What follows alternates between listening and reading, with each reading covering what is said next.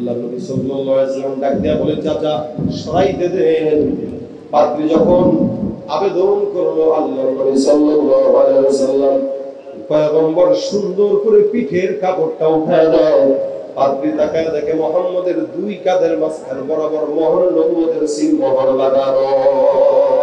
মুহাম্মদ হামিদ হামদে খুদা বাস খুদা মদহে আফরি মুস্তফা বাস মুহাম্মদ আস তুমি খাম খুদা রা খুদায়া আজ তুহিব্বে মুস্তফা।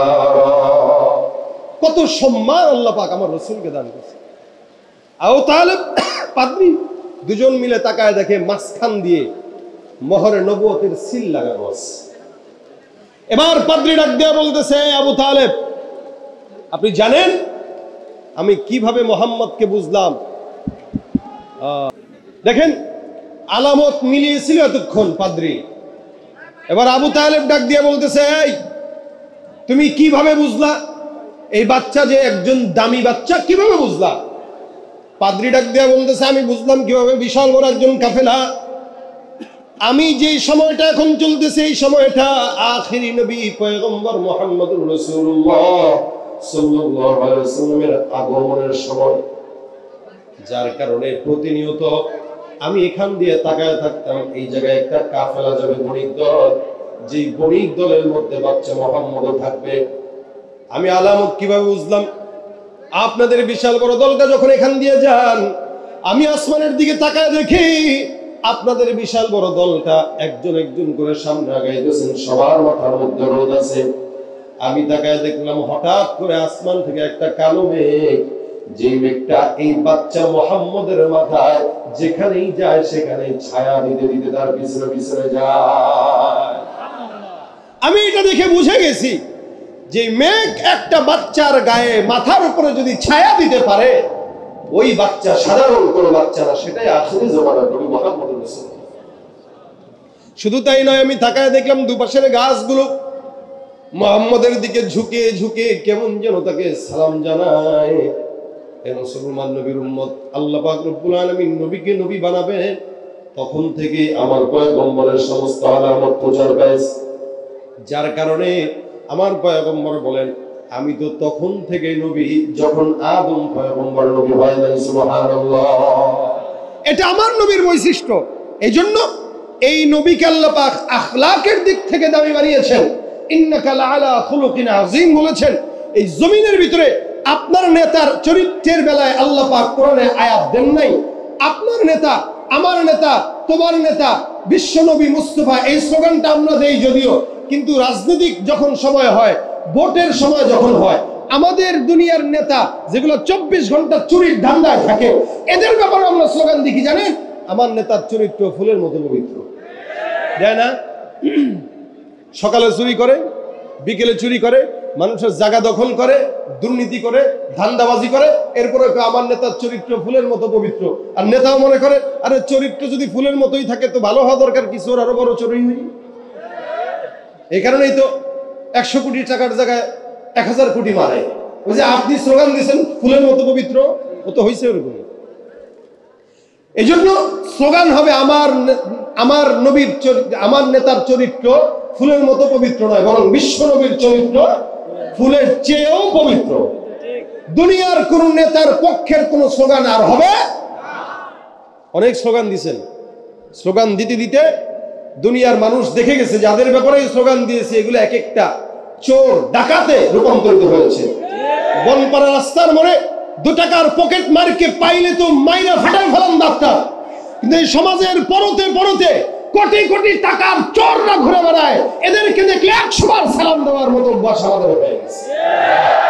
অথচ এদেরকে বাংলার জমিনে এক একটারে জ্যান্ত পুঁতে ফেলা দরকার ছিল, যেই পরিমাণে জনগণের হক নষ্ট এরা করেছে।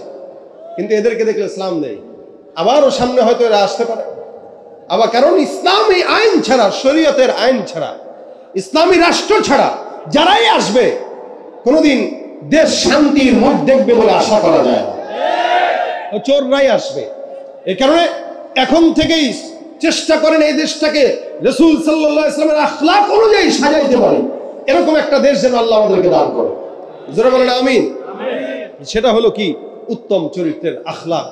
এই আখলাক প্রত্যেকটা মানুষ যদি ফলো করে, প্রত্যেকটা সংসদের মেম্বার যদি ফলো করে, প্রত্যেকটা স্কুল কলেজের ছাত্র যদি ফলো করে, ইনশাআল্লাহ প্রত্যেকটা মানুষ শান্তি দেবে।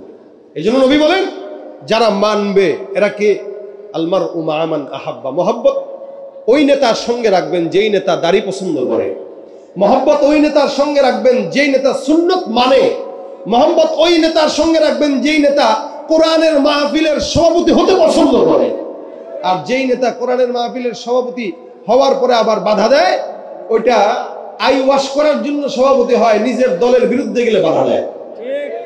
সুতরাং প্রত্যেকটা জায়গায় যদি রাসূলের চরিত্র আমরা ফলো করি, ইনশাআল্লাহ আমাদের দেশে শান্তি আসতে বাধ্য। এজন্য নবী বলেন যারা মহব্বত করবে এদের হালত কি হয়? আলমারউ মা'a মান আহাব্বা। আলমারউ মা'a মান আহাব্বা, যার সঙ্গে যার ভাব, রাসূল বলেন তার সঙ্গে তার কিয়ামত হয়ে যাবে। সুবহানাল্লাহ। আমরা জান্নাতে রাসূলের সঙ্গে থাকতে চাই তো ইনশাআল্লাহ? সবাই চাই।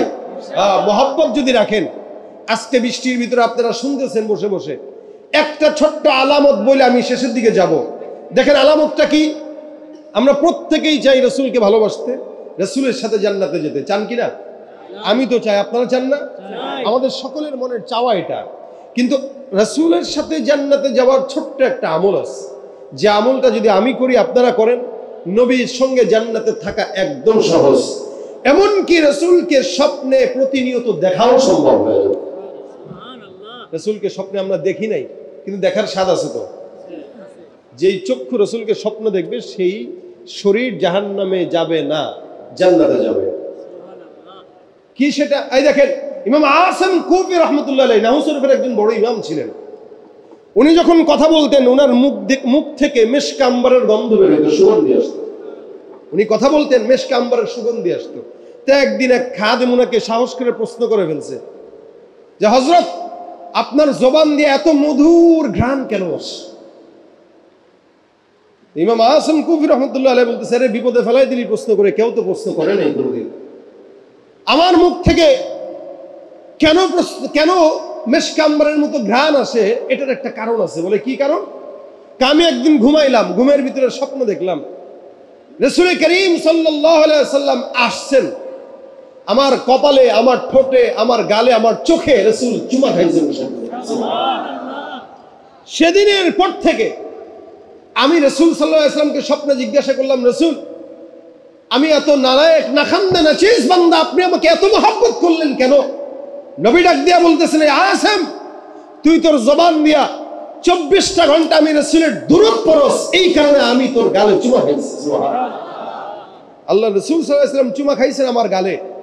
ইমাম আসিম কুফি বলেন আমি সেদিনের পর থেকে ঘুম থেকে যখন উঠলাম আমি নিজেও অনুভব করি যে আমার জবান থেকে, আমার চামড়া থেকে, আমার গা থেকে আলাদা একটা মেশক আম্বরের ঘ্রাণ আসে।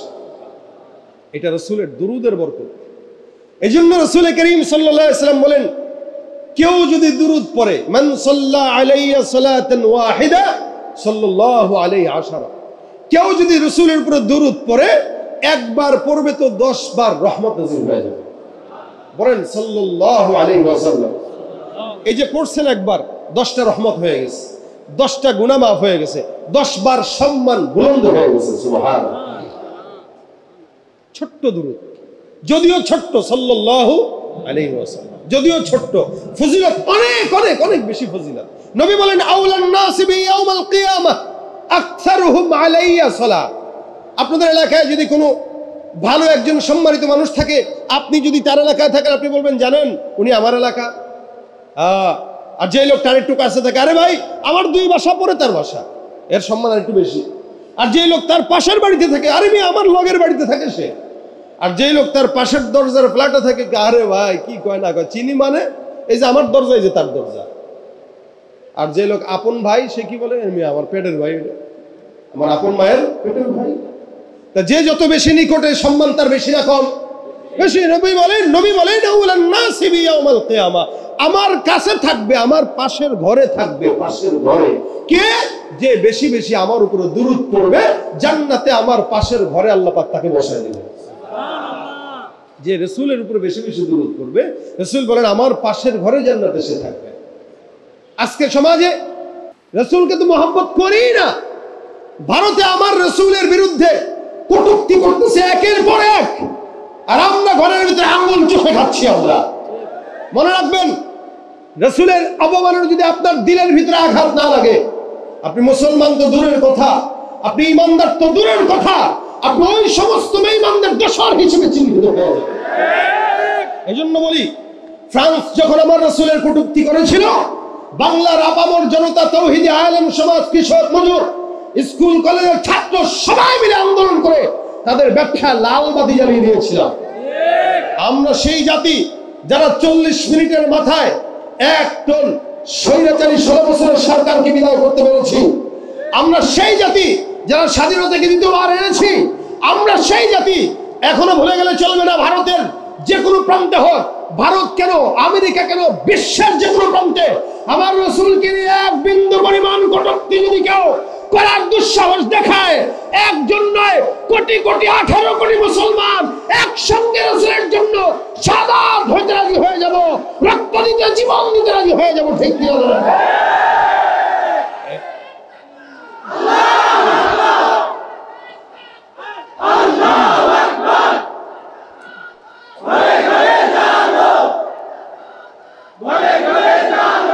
বিশ্ব নবীর অপমানে যদি না কাঁদে তোমার মন, নবীর প্রেমে তুমি সাচ্চা মুসলমান,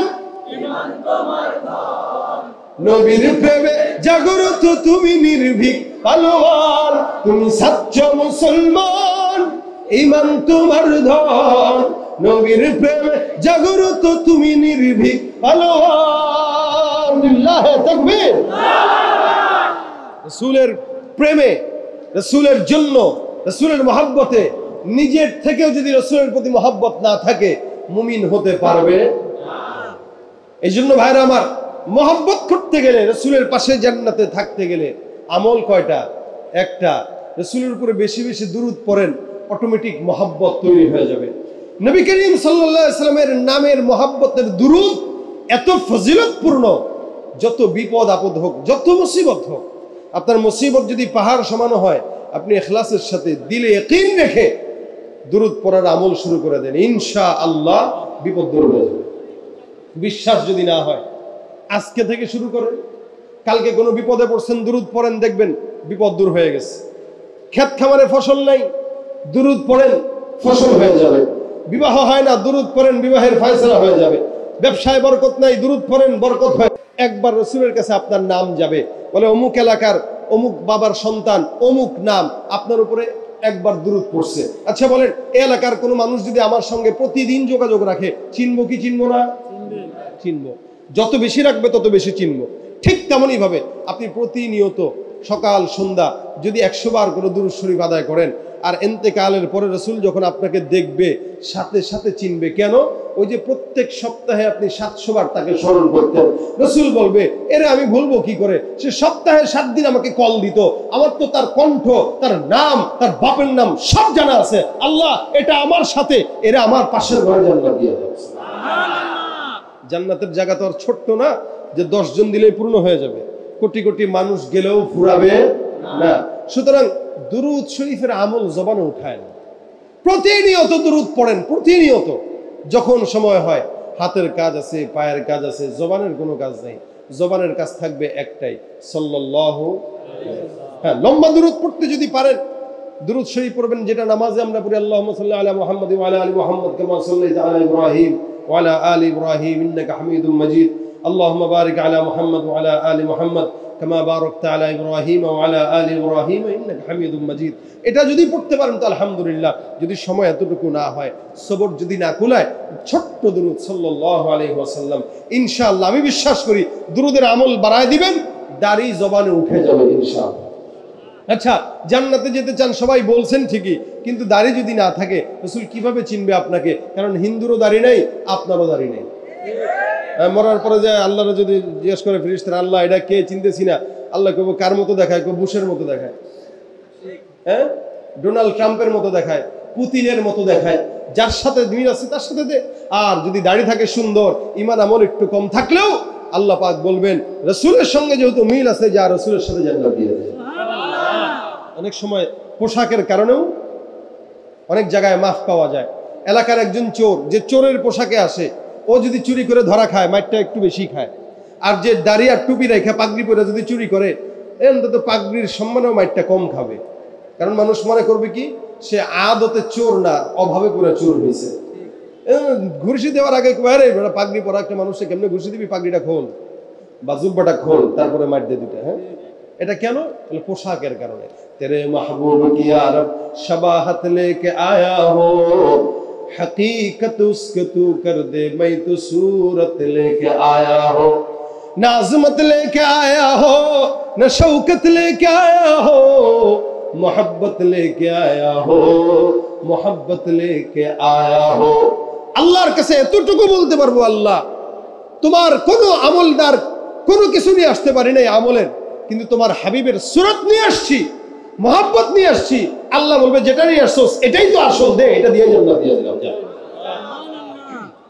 মনে রাখবেন, অনেক সময় পোশাকের কারণে বান্দা গুনাহ করতে পারে না। যেমন একটা মানুষ স্বাভাবিকভাবে প্যান্ট শার্ট পরলে, দাড়ি না থাকলে সিগারেট টানতে পারে, কিন্তু আমার মতো পাগড়িওয়ালা রাস্তা দ্বারা সিগারেট টানলে আপনারাই আমার বকা দিবেন, ঠিক না? এই পোশাকে সিগারেট টানা যাবে না, এই পোশাকে খারাপ কাজ করা যাবে না। লিবাসুত তাকওয়া বলতে একটা কথা আল্লাহ পাক কোরআনে বলছেন, قد أنزلنا عليكم لباسا يواري سوآتكم وريشا ولباس التقوى ذلك خير। আল্লাহ পাক বলেন পোশাক তো আমি দিলাম, তবে মনে রাখবা তাকওয়ার আলাদা একটা পোশাক আছে, ওটাই উত্তম। তাকওয়ার পোশাক কোনটা? যেটা রাসূলের পোশাক। আর রাসূলের পোশাক যদি কেউ পরে, ও নামাজ কালাম না পড়লেও প্রকাশ্যে কারো সামনে গুনাহ করে না। কেন? এই পোশাক পরে গুনাহ করা যায় না। আর তাকওয়ার পোশাক যদি না থাকে, জায়গায় বেজায়গায় গাঁজা টানবে, ইয়াবা খাবে, গুনাহ করবে, যেমন চেষ্টা করবে, শয়তানও বাধা দিবে না, তার বিবেকও তারে বাধা দিবে না। এই জন্যই কেউ যদি রাসূল করিম সাল্লাল্লাহু আলাইহি ওয়াসাল্লামের সুন্নতি পোশাক পরে, রাসূলের উপর দুরূদের আমল মাথার ঠোঁটের মধ্যে নিয়ে নেয়, মহব্বতের কারণে ইনশাআল্লাহ তার শরীরের পোশাকও পরিবর্তন হয়ে যাবে। পোশাকের কারণে ইনশাআল্লাহ আল্লাহ পাক রাসূলের সঙ্গে তাকে জান্নাতও দিয়ে দিবেন। এই কারণে প্রত্যেকটা ভাই এখানে যারা আছি, যাদের জবানে এখনো দাড়িটা উঠাইতে পারি নাই, একটু মহব্বতের সাথে হাতটা তুলবেন। আমরা কারা কারা জবানে দাড়ি উঠানোর চেষ্টা করব, হাতটা তুলেন তো ইনশাআল্লাহ। হাতটা উঠান।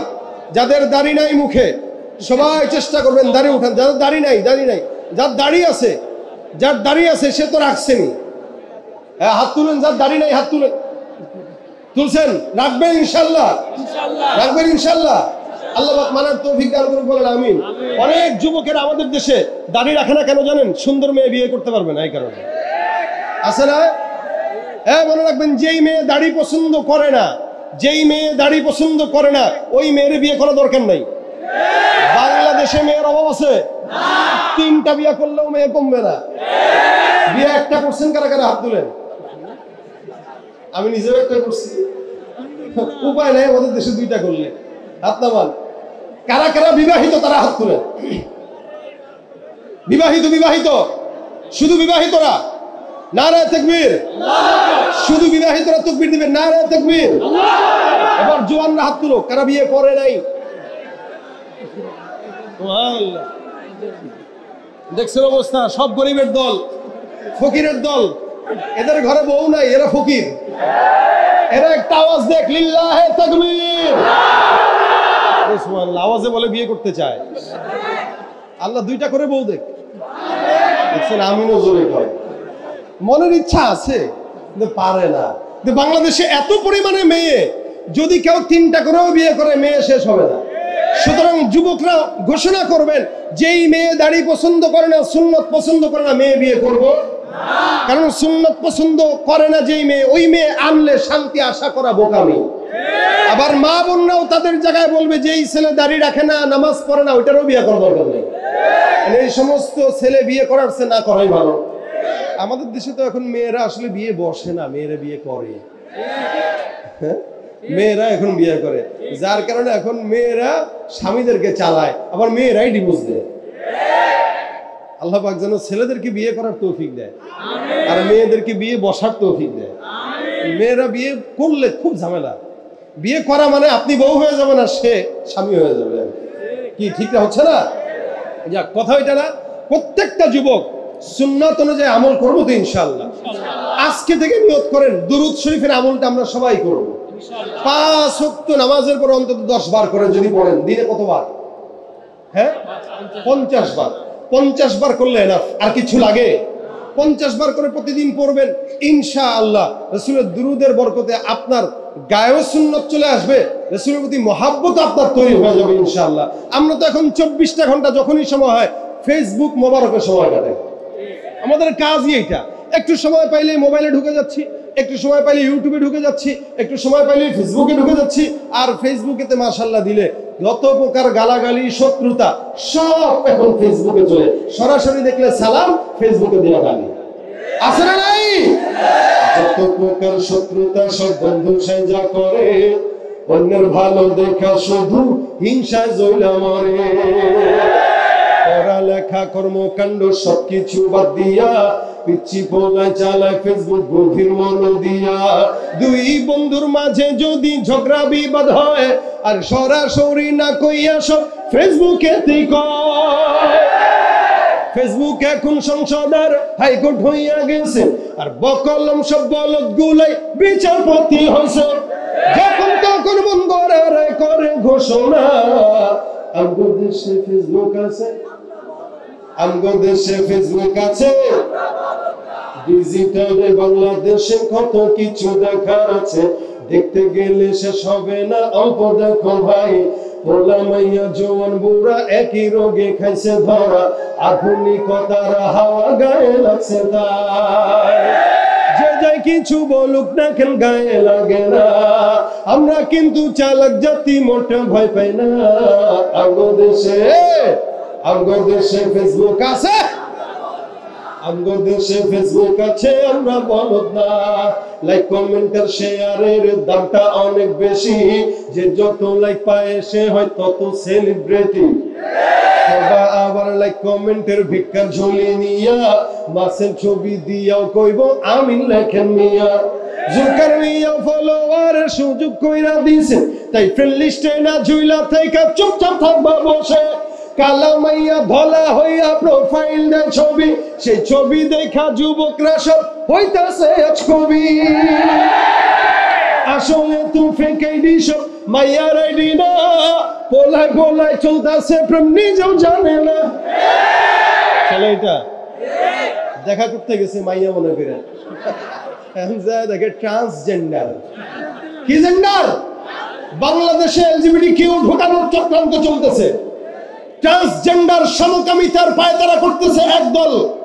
মনে রাখবেন, যারা বাংলার মানুষের শিক্ষা ব্যবস্থায় ট্রান্সজেন্ডার সমকামিতা ঢুকাইতে চাবে, এক একটাকে ধরে ধরে লুঙ্গি প্যান্ট খুইলা ট্রান্সজেন্ডার হিজড়া বানায় দিতে হবে। ঠিক না? খুব সাবধান থাকবেন। এরা আবার দিন শেষে মাদ্রাসার হুজুরদের উপরে অপবাদ দেয়, হুজুররা সমকামিতা করে। হুজুরদের সমকামিতা করে যদিও যারা বলে এদের কথা অনুযায়ী 100টার ভিতরে হয়তো 10টা করে বললাম। আর এরা তো আজান দিয়া সমকামিতার প্রমোট লাগায় তারপরে সব জায়গায় সিম্বল ব্যবহার করতেছে। এদেরটা দোষ নাই। ওই যে অবস্থা হয়েছে কি, সে চুরি করছে, যে চুরি করছে ও আরেকজনকে চোর, নিজের চোরটা ঢাকার জন্য অন্য 10 জনের চোর বলে। এরা করে সন্ত্রাসী আর দোষ দেয় মুসলমানের উপরে। ঠিক কিনা? এই জন্য সাবধান থাকবেন, খুব সাবধান। ফেসবুকে মেয়ের আইডি পাইলেই হাই একটা মেসেজ দিয়ে দেয়। মেয়ের আইডি পাইলেই মেয়ের আইডি পাইলেই মাথা নষ্ট। এজন্য ভাইরা সাবধান খুব। যুবক ভাইরা যারা ফেসবুক চালান, ফেসবুকটা একটা ভালো প্ল্যাটফর্ম। এই প্ল্যাটফর্ম দিয়ে দ্বীনের কাজ করব, কোন শত্রুতা গালাগালি করব না। এই ফেসবুক দিয়ে চাইলে দ্বীনের খেদমত করতে পারবেন, চাইলে নিজে গুনাহ কামাইতে পারবেন। আপনি কি করবেন এটা আপনার হিসাব। এই জন্য ভালো ভালো কোরআন হাদিস সুন্নাহ থেকে পোস্ট করব। এমন কোন পোস্ট, এমন কোন কমেন্ট করব না যেটার দ্বারা দ্বন্দ্ব হয়, যেটার দ্বারা ক্ষতিগ্রস্ত হয়, সমাজের ভিতরে ফিতনা হয়। ইনশাআল্লাহ আল্লাহ আমাদেরকে হেফাজত করুন, বলেন আমিন। একটা কথা শেষ কি, আমরা সকলে মিলে আজকের পর থেকে নিয়ে যখন সময় হয়, সুযোগ হয়, জবান দিয়ে একটা আমল করব প্রত্যেকেই, যুবক বৃদ্ধ মা বোন যারা আছেন সবাই মিলে একটা আমল। সেটা কি? দুরূদ শরীফ। বলেন কি? যখন সময় হয় রাসূল সাল্লাল্লাহু আলাইহি ওয়াসাল্লামের শানে দুরুদের আমল আমিও করব, আপনারাও করবেন ইনশাআল্লাহ। আশা করা যায় রাসূলের সাথে জান্নাতে থাকবো। আল্লাহ পাক তৌফিক দান করুন, বলেন আমিন। আজকের এই মাহফিল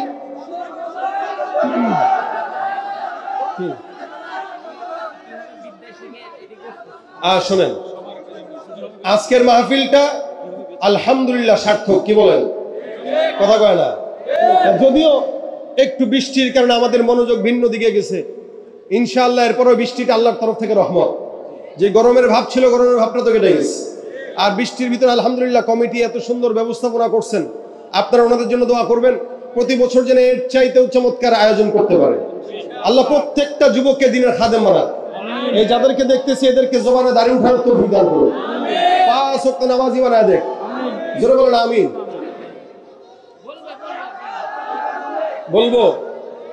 বলবো গজল গাইছি, আপনাদের বলা লাগে নাই। আমি ফেসবুক সচরাচর গাই না, কিন্তু আজকে গেয়ে দিলাম। কারণ আপনাদের এলাকায় আসিও না, কবে আসা হবে জানিও না, যেহেতু আসছি এই জন্য গেয়ে দিলাম। ইনশাল্লাহ আমার যুবক ভাইদের তরফ থেকে একটা আবেদন করেছে, একটা গেয়ে ইনশাল্লাহ মোনাজাত দেব। সকলে মিলে আমার সাথে গাবেন। রাজি আছেন? রাজি আছেন? কিভাবে বেঁচে থেকে, কিভাবে বেঁচে থেকে অযথা বিদ্যা শিখে যদি না করতে পারি শ্বশুরবিহীন সমাজ থাকে। কিভাবে বেঁচে থেকে, কিভাবে বেঁচে থেকে, কিভাবে আলেম হয়ে ইমাম সেজে সমাজেতে পারো যদি সত্য কথা উচ্চ স্বরে না বলিতে। কিভাবে আলেম হয়ে ইমাম সেজে সমাজেতে পারো যদি সত্য কথা উচ্চ স্বরে না বলিতে। চাকরির ভয় করো যদি ছেড়ে দাও ওই না গদি, চাকরির ভয় করো যদি ছেড়ে দাও ওই না গদি। কিভাবে ধোঁকা দিয়ে আল্লাহকে, কিভাবে বেঁচে থেকে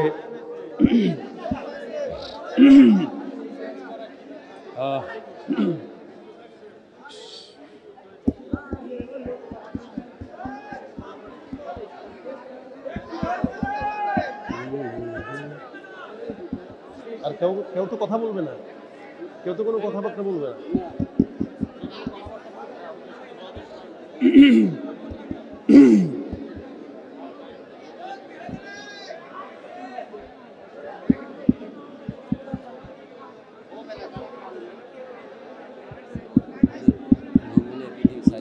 এত গাওয়া যাবে না ভাই, আমাদের গলা তো। কিভাবে বেঁচে থেকে, কিভাবে বেঁচে থেকে, আরে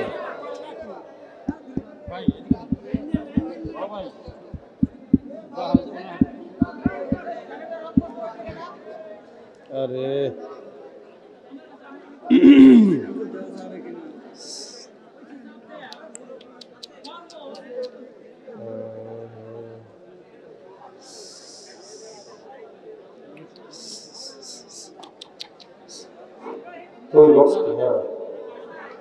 কি হবে কিতাবাদির, কি হবে কিতাবাদির তালিমে দিয়ে মাদ্রাসাতে যদি ওই খোদার কোরআন নিষিদ্ধ হয় আদালতে। কি হবে কিতাবাদির তালিমে দিয়ে মাদ্রাসাতে যদি ওই খোদার কোরআন নিষিদ্ধ হয় আদালতে। কাফনের কাপড় মাথায় ময়দানে আয় ছুটে আয়, কাফনের কাপড় মাথায় ময়দানে আয় ছুটে আয়। কিভাবে ধোঁকা দিয়ে বিবেকটাকে, কিভাবে ধোঁকা দিয়ে বিবেকটাকে, কিভাবে বেঁচে থেকে অযথা বিদ্যা শিখে যদি না গড়তে পারি শ্বশুরবিহীন সমাজটাকে। কিভাবে বেঁচে থেকে, কিভাবে বেঁচে থেকে, কিভাবে বেঁচে থেকে। একে একে শেষ করেছি, সবার দেখা হলো শেষ। দেখতে দেখতে গোল্লা গেল আমার সোনার বাংলাদেশ। একে একে শেষ করেছি, সবার দেখা হলো শেষ। দেখতে দেখতে গোল্লা গেল আমার সোনার বাংলাদেশ। দেখতে দেখতে গোল্লা গেল আমার সোনার বাংলাদেশ। যাদের হাতে যায় ক্ষমতা দেশ যেন বাপার ভিটা, রাখতে চেয়ে শুরু করে বিদেশিদের পাচাটা। যাদের হাতে যায় ক্ষমতা দেশ যেন বাপের ভিটা, রাখতে চেয়ে শুরু করে বিদেশিদের পাচাটা।